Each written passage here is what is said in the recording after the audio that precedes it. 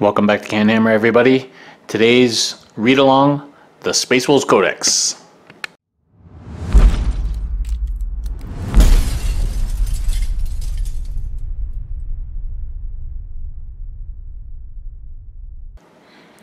Welcome back to Canhammer, everybody, for this edition of Read-along. This is on the new Space Wolves Codex. I've decided to change up the Codex read-alongs. Before, I was kind of unwrapping them and giving everybody my very first impressions. And although that was fun, I think it probably, based on feedback I've received, a little bit more useful to everybody if I actually give some thoughts on the Codex overall, as well as on particular combos and things I see working or not working, general thoughts on the Codex, things like that, maybe how one thinks about making a list, its use in the current meta, things like that, as opposed to just reading along all the data sheets. There's plenty of channels that get these things 1 or 2 weeks ahead of release now that spoil all the pages for you, so you really don't need me to do that. So I thought it may be more useful to try it this way. Now, if you don't like it, you want me to go back to the old way of doing it, just let me know. That's fine, but based on the feedback that I have received, this seems to be what more people are interested in these days when looking at read-alongs to codexes. So we're going to carry on in that vein and try it out for this one. Okay, so my first impressions after reading the codex through a couple of times is that it's not very good. I'm not sure what hopes and dreams people had for the Space Wolves Codex, but it certainly hasn't lived up to any that I had. There was a time when everyone thought that Russ was going to be the next Primarch and that he would be in this book. He's obviously not. But Primarch dreams aside, I think that they missed a mark a little bit on the Space Wolves. They're supposed to be hard-hitting, I guess combat-based, mostly combat-based army, and just not going to be as good as Blood Angels. People thought that maybe a Wolf Lord on a Thunderwolf or something might replace a Smash Captain from Blood Angels, but unfortunately that's not really the case. So overall, I think they missed a mark a little bit on this codex. I don't think we're going to be seeing competitive, pure Space Wolves armies.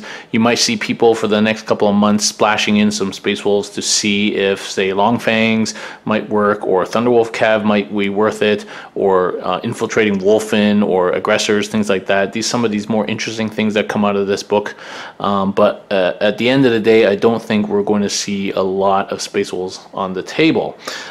Saying that, though, the true Space Wolves players out there, of which I don't necessarily count myself as one, will have some fun with this book, and it definitely makes them more competitive than they were from Index. So in that regard, the GW has succeeded in this book. But overall, if you compare it to the books that have come since the Space Marine Codex, it's almost as if this was written at the same time as the Space Marine Codex and the Dark Angels Codex, both of which, and the Space Marine Codex included, are not really up to scratch these days. But anyway, let's dive in.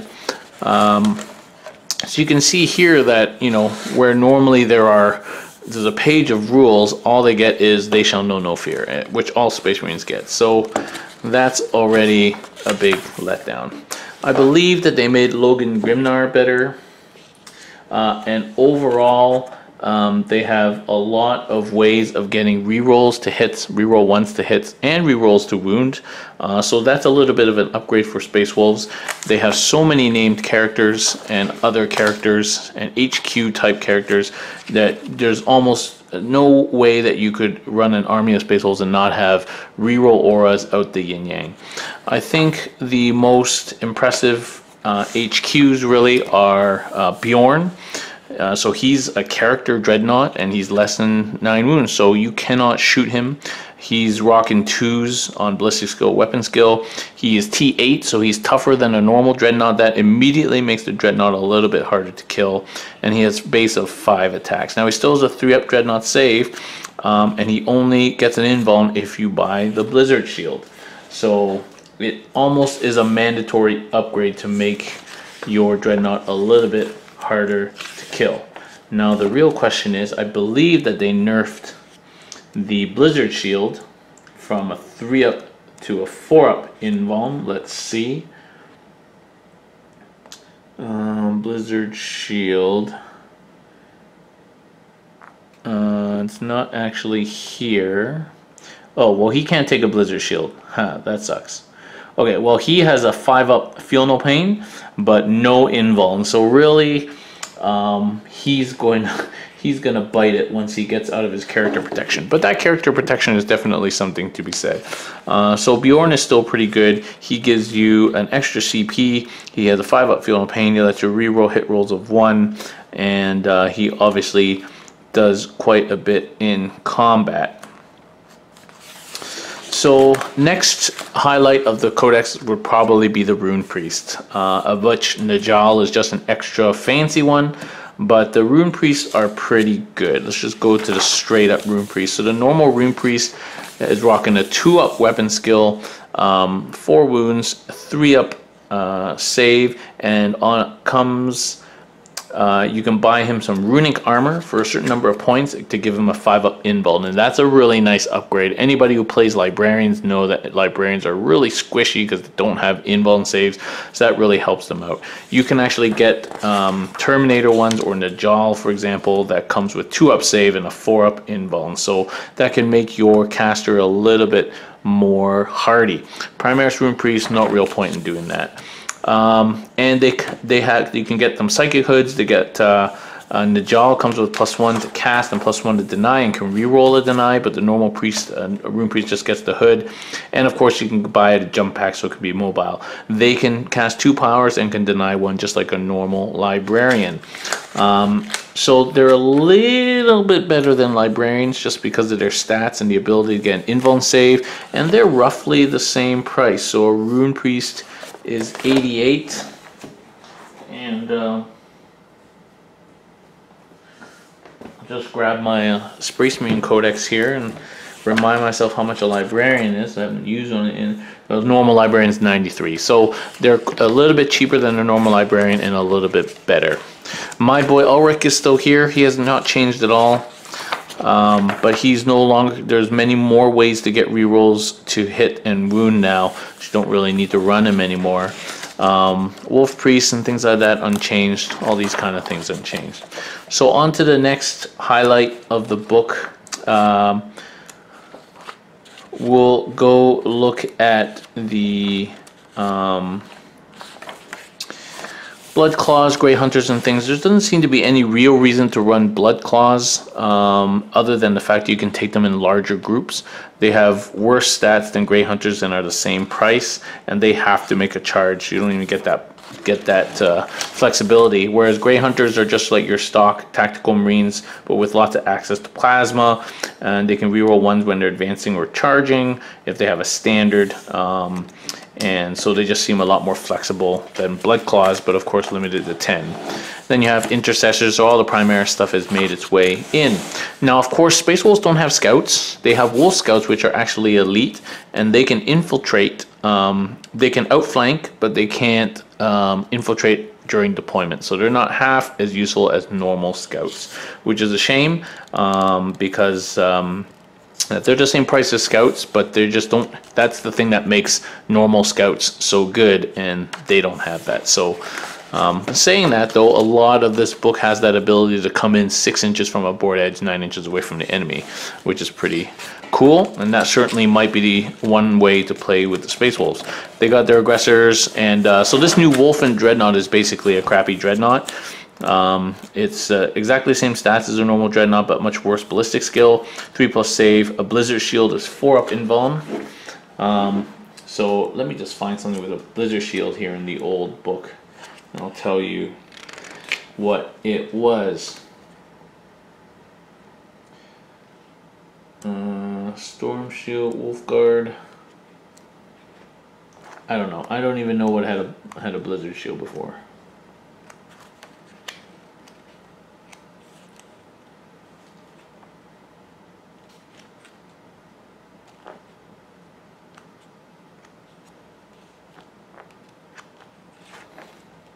Yeah. Anyway, it's a 4-up invuln for the Wolfen Dreadnought if you have the Blizzard Shield. And then he just gets some some of typical attacks. Now, the only cool thing about him is if he uses his Fenrisian Great Axe in the Scythe mode, which is basically strength 6, -3, only 1 damage, then he makes double the number of attacks, so it goes up to 8 attacks, which I guess is okay.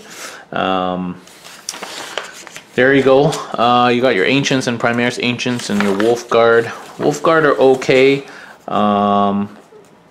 because they get, they're kind of like your jump pack, you know, Vanguard vets sort of thing. The Dreadnoughts, then you got all your Terminators and stuff, same old stuff. So Wolfen are unchanged. They're still strength 5 but only toughness 4, the 4-up save.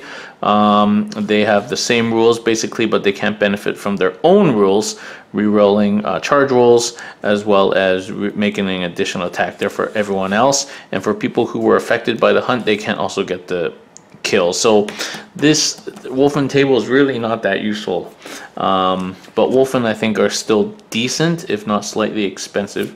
Murderfang's pretty good, so he's another character Dreadnought, so hard to shoot him. He's otherwise a normal Dreadnought on stats, but hits on 2s in combat, and his murder claws are doing work. Strength 12, -3, 3 damage. And he makes 2 extra attacks on the charge, so going up to 7 attacks. So he's gonna kill some shit in combat. Sky Claws, Swift Claws, I don't really see anything really worth talking about for these guys. So Thunderwolf Cav. So Thunderwolf Cav, unfortunately, did not really improve. You now get 3 attacks from the mount. I think they had that before, but otherwise they're pretty much the same as they were before. We're gonna look at the points in a second.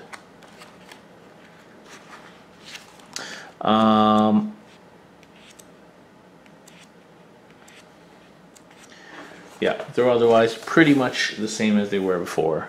Fenrisian Wolves, Scout Bikers, Cyber Wolves, these are all unchanged. So Longfangs.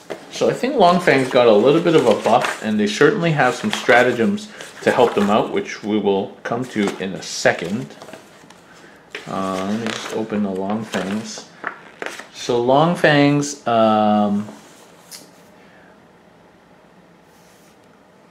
Longfangs are basically the same. So you pick a unit in the shooting phase, and any units that shoot that enemy unit get to reroll hit rolls of 1. But of course, unlike Devastators, they don't have Cherub and they don't have the Signum, so that makes them significantly worse than normal Space Marine Devastators. Of course, they have access to the same heavy weapons that everyone else has. Let's see. So, yeah, heavy last blows, mountain and plasma cannons, so same sort of stuff. So, they don't even have any special weapons to put them out. There's Hellblasters now, too. So, when we come to stratagems, you'll see maybe where there's some play for Space Wolves Longfangs, maybe like one big unit of Longfangs with a bunch of different weapons on it. And then the 2 flyers are decent, but they're no better than the Storm Raven, really. So, yeah.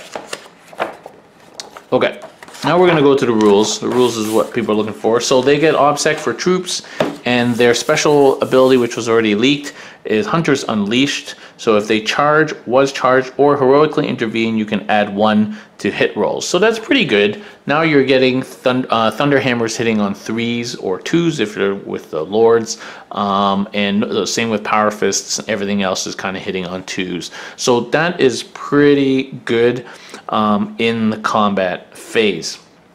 Now the other thing is they can do is characters can make heroic interventions within 6 inches and move 6 inches. Now you have to keep in mind that you can make a heroic intervention, you have to end up closer to the enemy, but you don't have to move toward the enemy. You just have to be closer to the enemy. So just keep that in mind as a flexible little thing you can do with your heroic intervention. This also on this page has this little shout out to this kid, Brand, who was apparently this 12-year-old in England who died of cancer. He's a big Space Wolves fan.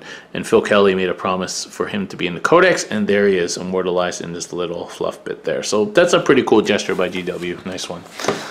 So we're going to pick out some stratagems here. They have all the usual Space Wolves Space Marine stratagems: orbital bombardment, kill shot, flak missile, things like that. I'm going to pick out some of the Space Wolf strategies that I think people might see. So here's an interesting stratagem, Cloaked by Storm. So basically, you choose a Rune Priest in the Psychic phase, and if they successfully manifest the power, then you have -1 to hit 6-inch aura around that Rune Priest. Now that's great. A couple things with that. First of all, it's a 3 CP stratagem, which is a lot. I know that it's a 6-inch aura, but that limits how you move your kind of big, supposedly fast combat army around.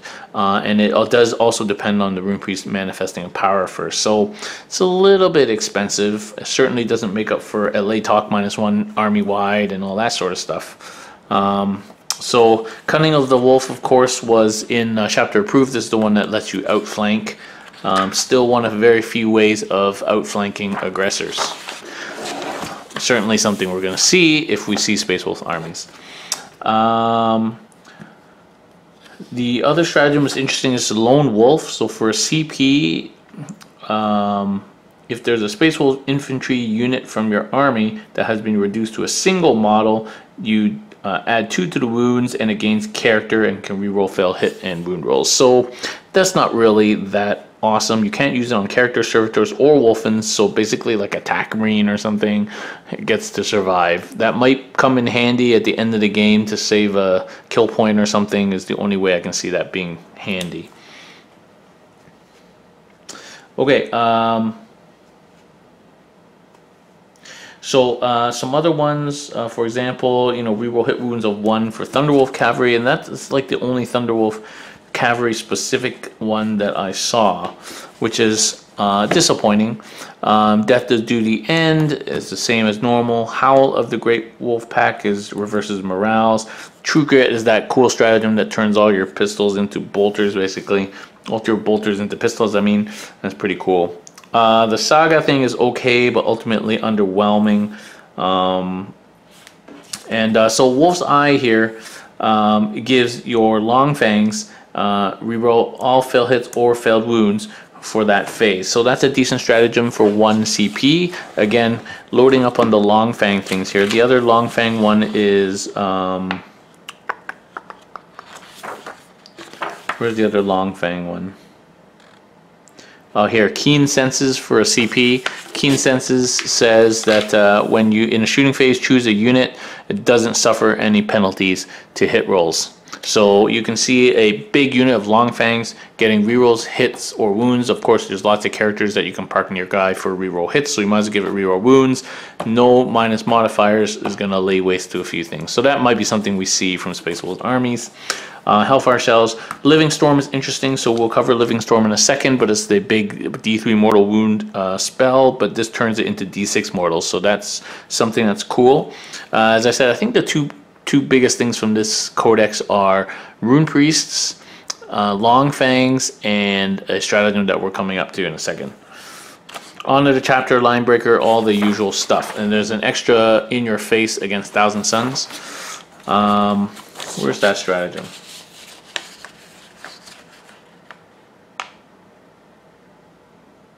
Oh yeah, here, Chooser of the Slain.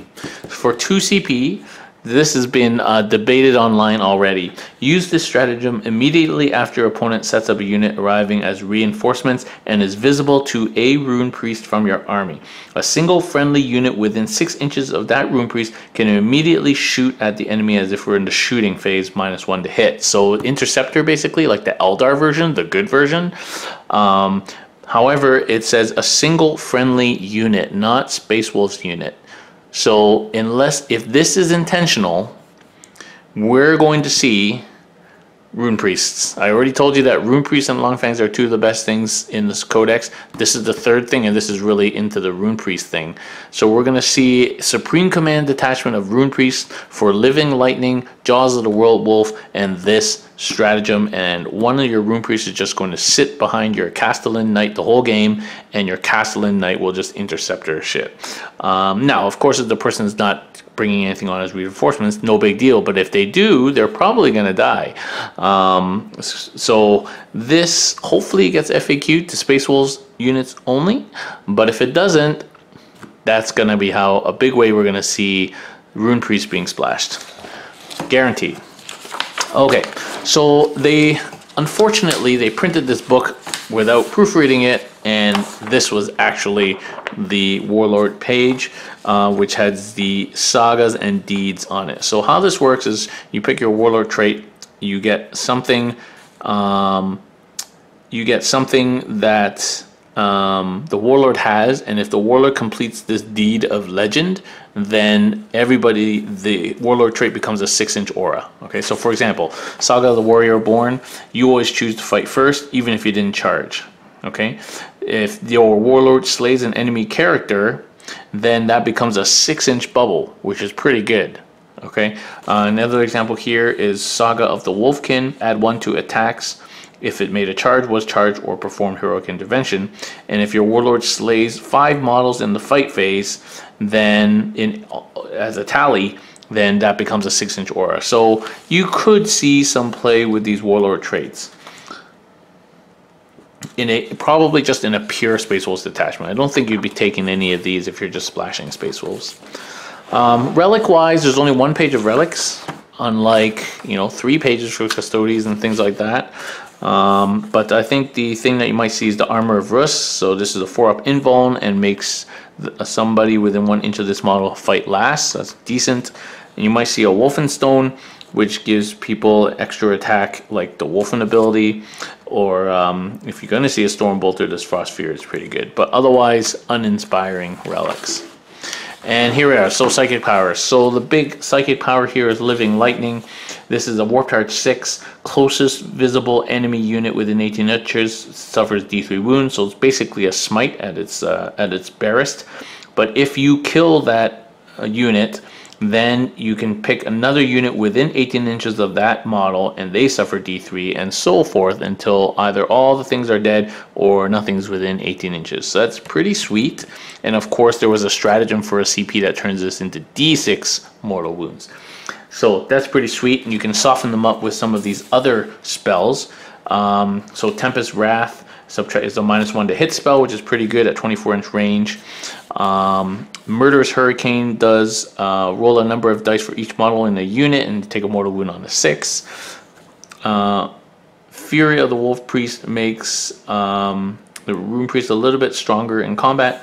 Stormcaller gives cover, and Jaws of the Wolf, my personal favorite, Warp Charge of 7. Select any enemy unit within 18 inches other than a vehicle, roll 2d6 and subtract the target's move characteristic, and you suffer that many mortal wounds. That could be pretty deadly if you pick it on some slow stuff. So you could soften people up with that, and then take them out with Living Lightning and chain it to at least one other unit. Okay, let's go to points. I've got my old index here.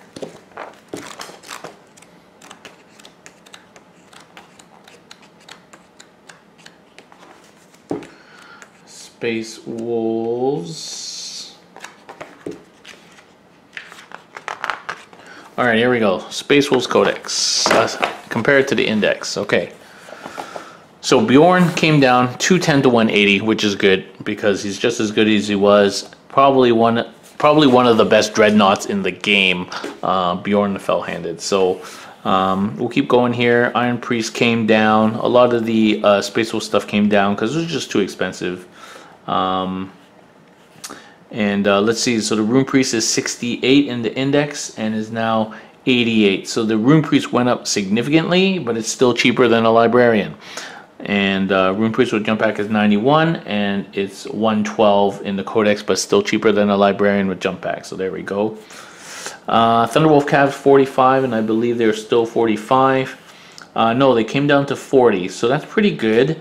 But if you gotta load your cavalry 40, put a Thunder Hammer on it, 16, so 56, and a Storm Shield. And that is now 10, so 66. So the Thunderwolf Cavalry is 66 points for a dude. Not quite as good as a Talos, which is I think somewhere like 80 or 90 points. Yeah, they're a little bit cheaper, so we might see some play. People are going to be trying them for sure. I might try them. I've got a bunch of Thunderwolf Cavalry and Wolfen. And that's about it. Wolf Lords and things like that. I think the Wolf Lord on Thunderwolf.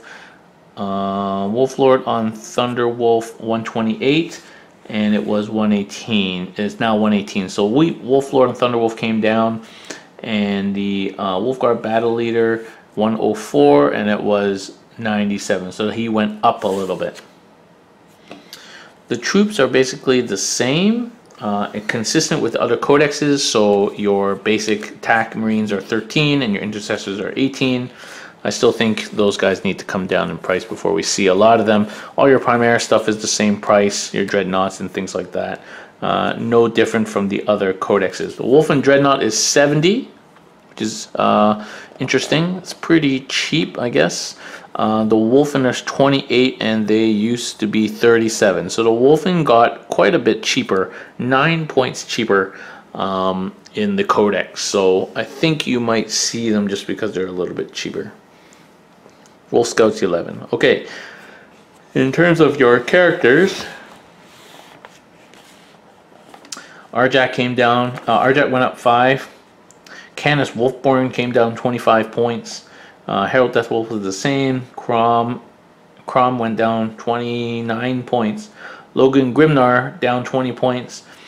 On the sled, though, he's down 40 points. Lucas the Trickster down 8 points. Murder Fang is down 30 points to 170, which is probably good value.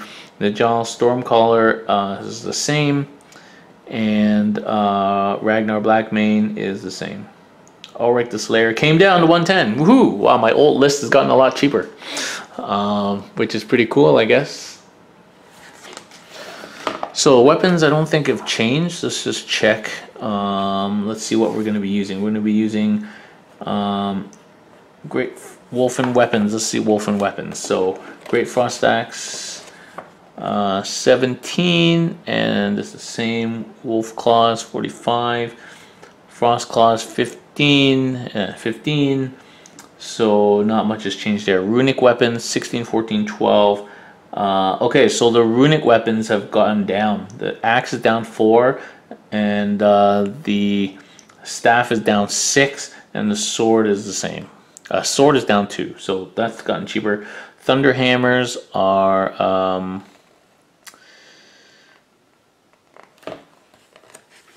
I think they're consistent with the other Space Wolf hammers, yeah, because they weren't in the index. And Wolfen Claws free. Okay.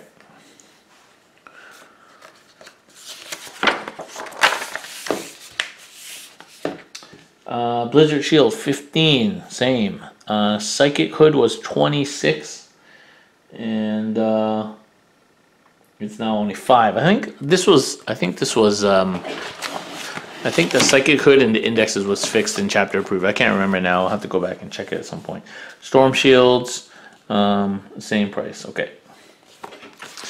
Okay, so that in a nutshell is my thoughts on the Space Wolves Codex. I think if you see a pure Space Wolves army, you're going to see Thunderwolves, Wolfen, some Dreadnoughts, and a bunch of Long Fangs sitting at the back with some reroll bubbles.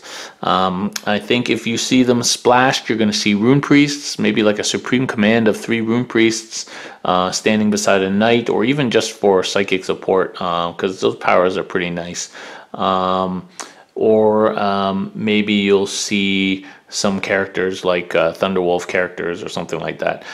There have been a few people playing some Thunderwolves here and there. Dom was playing it at Capital City. He was on a fairly high table in the last round, but most of the time it's been kind of character spam. So we'll see with this new codex, then maybe we'll see some more Space Wolves. It would be nice. I will be breaking my Space Wolves out for some trials in bat reps in the future, so do stay tuned for that. But otherwise, thank you very much for watching. Let me know if you prefer this kind of read along to the old looking through all the pages type read along. I really like to know and give people what it is that they want to see. Leave comments below, like the video, subscribe to the channel, and consider supporting us on Patreon. Thank you very much for watching, guys, and we'll see you next time.